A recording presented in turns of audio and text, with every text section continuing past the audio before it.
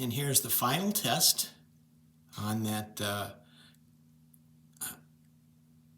splice that we put in to connect that broken wire. And the final test is, number one, the program button on the left is lit up. And if we go up here to the other side, the selection light is on. And they're on steady. So that intermittent problem I had is gone, and we're back to where we should be.